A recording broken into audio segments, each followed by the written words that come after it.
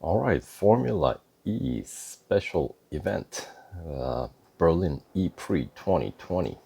Right, so I started this event actually some 4 days ago. So as you can see here, it says time remaining just 2 days, which is fine. And I actually did this very intentionally because the actual race earning from the entire event by completing each goal. So not the stage completion reward, but the actual race winning total, I believe, is going to be somewhere around 200,000, maybe a little bit above 200,000, depending on your rank on certain goals. Because some of the later goals you don't necessarily have to win, but you can.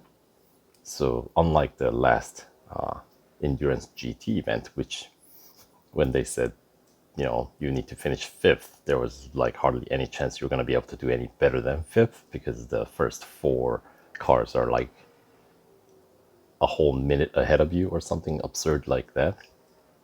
We don't have that in this one. So for the most part, when they give you a challenge to like finish third, you can actually win in first place. So there's a bit more of a earning potential variation there. But on my other account that I've already completed, I was able to win around 214,000 for the entire run. Majority of, let's see, about 30,000 of that came from the last two goals of the last stage. So 5 stages. First stage has only 3 goals. Total, there are 20 goals. First stage has 3 goals. The next three stages, 2, 3, and 4, have 4 goals each. And then the last stage has 5 goals.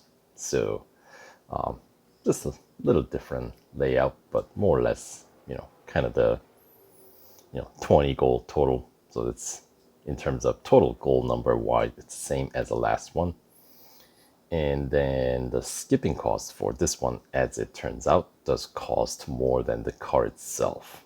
So of course, if you even if you skip this one, it is motorsport dollars wise, yes, it does cost more than purchasing the car.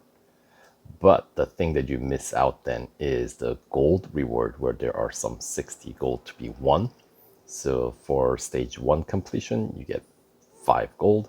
Stage 2 completion, you get another 5 gold. And then stage 3 reward is 10 gold. Stage 4's got 15 gold for the reward. And then final stage has the remaining 25 gold reward to, make up the total of 60 gold total. So, yeah, so essentially, I wanted to take advantage of that 3-hour instance service after you complete the first goal. So I just started the event, but I haven't raced a single challenge yet. So the instance service hasn't been triggered yet. So that's my logic here for waiting, so I can complete all these goals in more or less like within like one fell swoop. I might stop once I get to the goal 3, once I complete the goal 3 of the final stage, and just do the final 2 goals after the daily 200k motorsport dollar cap is reset, because we have that cap, right? So and of course I am going for Mahindra M6 Electro on this account, which turns out I really, actually, you know what, I enjoyed all. I tried this time trial competition in 3 different cars. I tried Dragon, I tried Porsche, and I tried Mahindra, and all 3 cars I was so far managed to get in rank B. So, and I haven't put any driver level ups on any of those. So, and I'm not really planning on doing it either. So 50 gold is, it's all right. Rank B, top 1%. It's good enough for me. So anyway, that's not what we're here to talk about. We're here to actually do this event in this series of videos. So without further ado, I think I covered all the stats that you might need to know.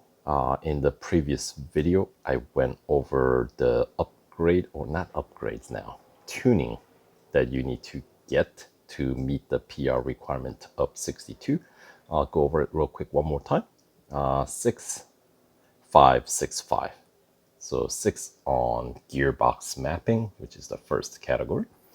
And then 5 on power unit optimization. And the 6 on brakes calibration. And then 5 on suspension adjustment. So that tuning cost total is $1,893,900 motorsport dollars. So,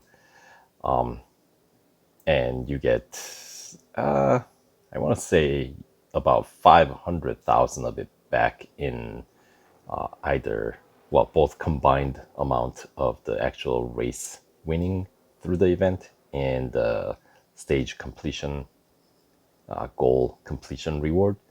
So combine those two are about, rounds up to be about 500,000. So your net cost ends up being closer to like just under 1.4 million motorsport dollars. So if you're using my kind of strategy here, which is start the event, then you need to make sure you have enough to get all the upgrades done right away, because not only the instant service gonna last for 3 hours, instant upgrade offer, or not keep referring to it as upgrades, the instant tuning offer will last for 3 hours after you complete the first goal as well. So after this one, I don't know if I need to really talk much through the rest of the event, because it's pretty straightforward. The event, you just have to complete certain goals. And let's see, I gotta say, this one is a lot more, surprisingly, it turned out to be a lot more entertaining than the Endurance GT event, which has not always been the case. I feel like it's always been the other way around. This 911 RSR has always been such a fun kart. It's so well balanced in the past, that is, except this year. It was just slow, as is a total snooze fest. So we won't talk more about that anymore. But Formula E generally has been kind of a not as exciting of an event as an event. But this one actually turned out to be all right. Maybe just the bar's been set so low, just about anything will come out ahead, maybe. But anyway, so, here we go. Goal 1, complete these shakedown laps.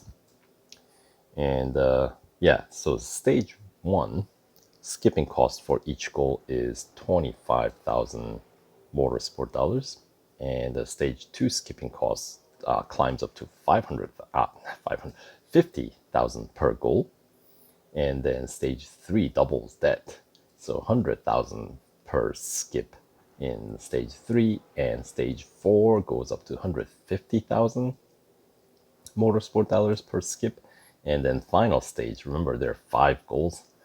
First 3 will cost you 200,000 to skip each, and the last 2 skipping cost goes all the way up to 350,000 per goal skipping. So definitely a lot pricier to skip all of them than to properly get the tunings done, meet the PR requirement, and actually run through, because obviously if you run through, you actually win the race earnings too.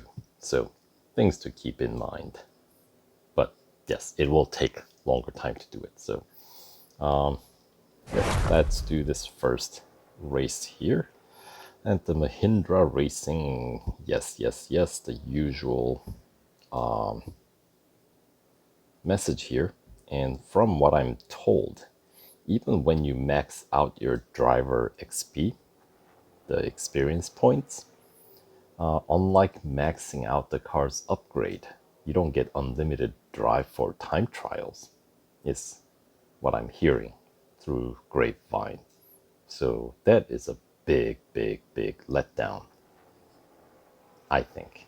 I don't know if that's just an oversight or what, but yeah, there are certain expectations when you spend so much on like maxing out either car's upgrade or in these new motorsport tuning and driver business. We expect certain things to be kind of intact when you spend so much. And yeah, so that's definitely a big letdown, I think. All right, so here I got two drivers, and Jerome here is, of course, already has some experience points from the running in the time trial competition. So, should we switch over to Pascal just so we can figure out the actual race earnings? Driver experience should be about just over 10,000. I think they are not always the same per completing an event because, yeah, so you should be able to win about 10,000 motorsport, not motorsport, but 10,000 driver experience points through this completion of this event. And just the regular, the fame points, there's also about 11,000 to be won in this event as a total as well. So yeah, I mean, payout wise, 11,000 fame points really isn't that much, but that is pretty much how these Formula E's run, because the circuits are so short and we don't have terribly long lap counts in this event. I think the longest one we get is a 5-lapper, which is the second to last goal in this event. Other than that, all the others are fairly short, just a couple of laps and maybe some 3-lapper coming in here and there, but mostly single lap or couple of laps. So payout, of course, is limited because of that. So yeah, sure, we'll pick our German compatriot here, Pascal, as opposed to a Belgian driver. I know. Nothing against you. Anyway, base PR 54.7, which is fine. And obviously with the tuning, we can bring it up significantly higher. But once the event is over, all the tunings are gone, right? So maximum PR that you can get just based on driver level up goes up to 56.7, and that's the case for every one of these season 6 Formula E cars, regardless of which team. All right, so let's go out for a spin. Just need to complete this event.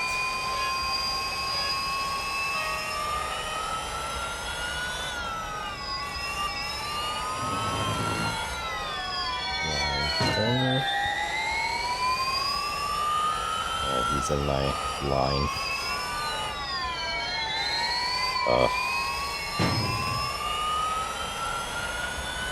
And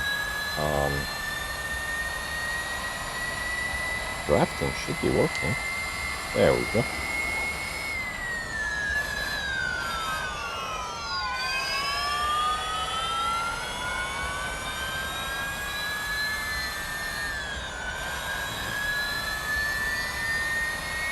this is all pre-roll, lap 0 here.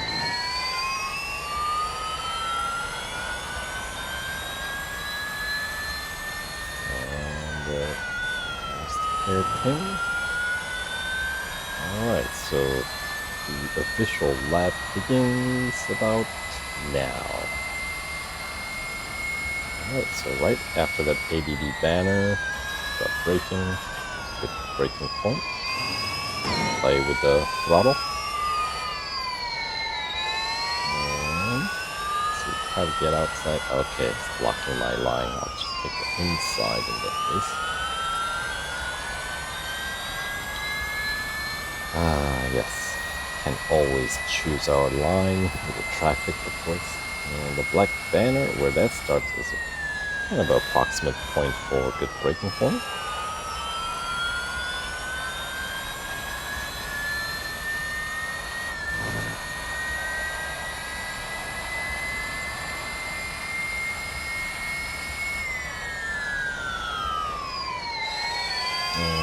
Was it 100-meter mark that you start braking for that last hairpin there?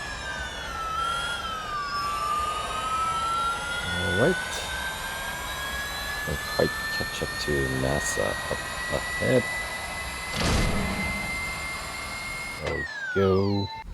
8th place. Not a very good showing, but that's okay. Don't expect with the rather subdued performance of the car for this first event. So 154 driver experience and 2,000 motorsport dollars. That is actually for the winning, completing that race here. All right, so minute 19 at the top, Neo FE's 006. We got some Porsche, Dragon, Penske, Audi e-tron, Jaguar, Mahindra, M6 Electro. All right, we got a couple, well, that's me, right. And all right, so 12 cars in this grid. And yeah, as we go on later in the stage, we do get some large grid size, sort of like almost, not quite, almost like a NASCAR, where we have a huge grid. Of course, this one track is significantly tighter, so it makes up for kind of a fun go-kart, kind of like atmosphere. I don't know. So anyway, that is enough for the first goal, which unlocks that the instant service and instant tuning, as you can see here. So we'll get that going in the next video, but for now that'll do it for the goal 1 of stage 1 of Formula E BMW Berlin E-Prix play through video here. So all right, stay tuned and we'll see you guys in goal 2.